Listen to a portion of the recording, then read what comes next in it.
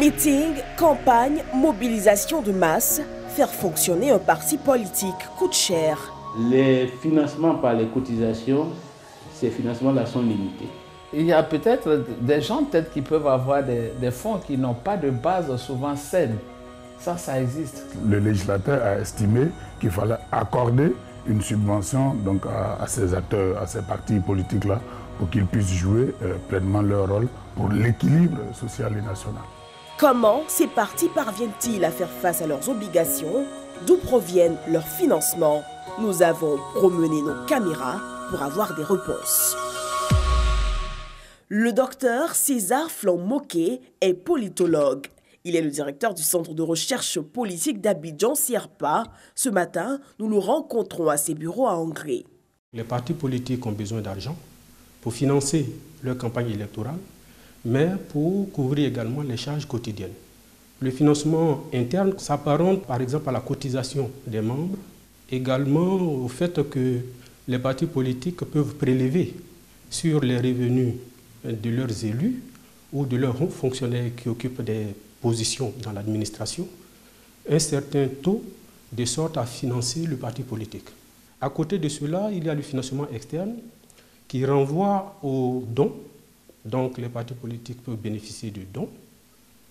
Et à côté de ces dons, il y a également le financement des partis politiques par l'État, ce qu'on appelle le financement sur fonds publics. Pour encadrer le financement des partis politiques, la Côte d'Ivoire a opté pour un financement public. L'article 3 de la loi 2004-494 stipule qu'1 millième du budget de l'État y est affecté. Livrons-nous à un petit exercice de mathématiques. Le budget de l'année 2017 est de 6 500,4 milliards de francs CFA. Le millième de ce montant qui doit être partagé selon la loi est de 6 500 millions de francs CFA. Pour mieux cerner ces textes, nous avons rencontré à l'Assemblée nationale le député Innocent Youté de la Commission des affaires générales et institutionnelles. Les partis politiques, je sais, il doit y en avoir plus d'une centaine en Côte d'Ivoire.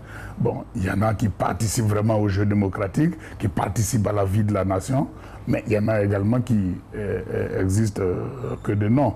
Il ne faudrait pas non plus que sur la base donc, de cette subvention, que cela devienne une rente aussi pour un certain nombre de personnes. Pour bénéficier de cette subvention, il existe 2 critères cumulatifs. Les résultats aux élections législatives pour ceux qui ont présenté des candidats ayant obtenu au moins 1% des voix dans au moins 50 circonscriptions et le nombre de parlementaires siégeants. Même le parti au pouvoir, c'est bien aussi qu'il soit financé. Ce n'est pas seulement une question de... Les gens ont l'impression que c'est un arrangement entre, disons, l'exécutif, disons, c'est un jeu pour distraire les finances publiques. Ce n'est pas vrai. Ça participe réellement de la promotion de la démocratie. Un parti politique bien financé, c'est-à-dire qui a son autonomie par le biais de ce financement, peut même arriver à constituer, n'est-ce pas, j'allais dire une barrière contre des dérives. Exclus de ce partage, les partis sans élus ou peu connus comme le RDP, le Rassemblement pour la démocratie et la paix. Depuis la naissance de la formation, Blé Madeleine s'appuie sur ses ressources propres pour alimenter le parti. Un parti politique, ou du moins, ne peut jamais avancer tant qu'on n'a pas les moyens. Il faudra que ce texte, pour moi, soit nuancé. Et je crois que ce sera normal et éviter qu'il y ait 2 types de classes. Une classe des pauvres et une classe des riches.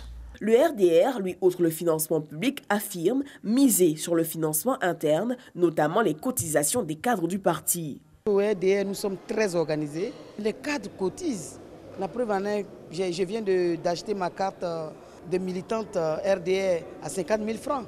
Et à tous les niveaux, il y a des cotisations. Dans l'opposition au Front populaire ivoirien, si les cotisations des membres contribuent à faire fonctionner le parti, ces fonds internes restent faibles face aux charges.